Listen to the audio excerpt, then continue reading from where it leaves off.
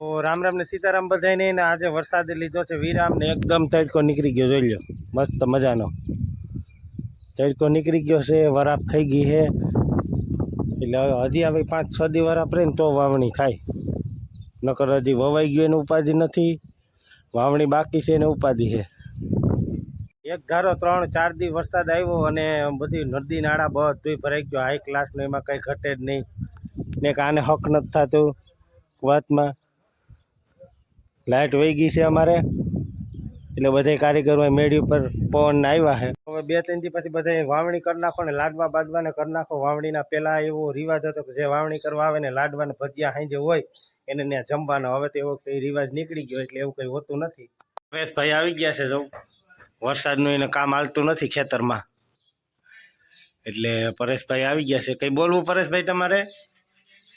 બોલવું હોય તો બોલી જાઓ કંઈ બોલવાનું છે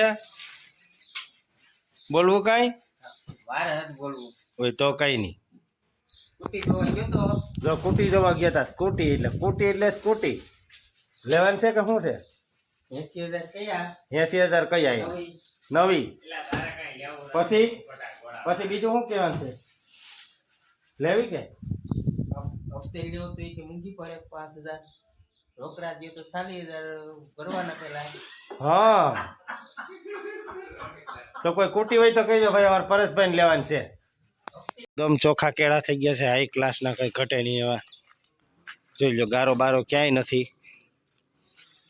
વરસાદ ઝાઝો આવ્યો એટલે બધું ચોખ્ખું થઈ ગયું હાઈ ક્લાસનું આ પાછળનો ભાગ છે અમારા કારખાનાનો અહીંયા હું કામ કરું છું રૂમમાં ને અહીંયા જો અમે ચકલા માટે આ પાણી ને એવું બધું રાખતા હોય ચકલા અહીં બેઠા હોય જો અહીંયા ચોખા નાખેલા હોય કાલે અહીંયા નાખ્યા હતા એટલે શું છે કે પાણીમાં તણાય નહીં અને ઉપાધિ નહીં જો અહીંયા કુંડા ભર્યા મિત્રો એક તો લાઇટ વે કવરાવ્યા ઘડીક થઈ તો લાઇટ વહી જાય ને અમે કામ બેઠા ને લાઇટ ઘડીક થઈ તો વહી જાય 2-3 વાર લાઇટ વહી ગયા અત્યારે ચિંતા પાછો થોડો અંધાર થયો વરસાદનો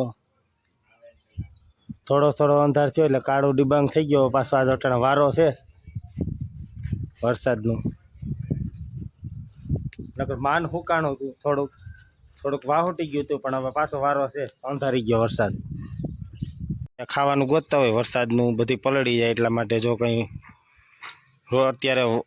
વરસાદ બંધ થઈ ગયો તો રોટલીના કટકા ને એવું નાખજો મિત્રો ખિસકોલક આ તે ખાઈ શકે કારણ કે વરસાદના એને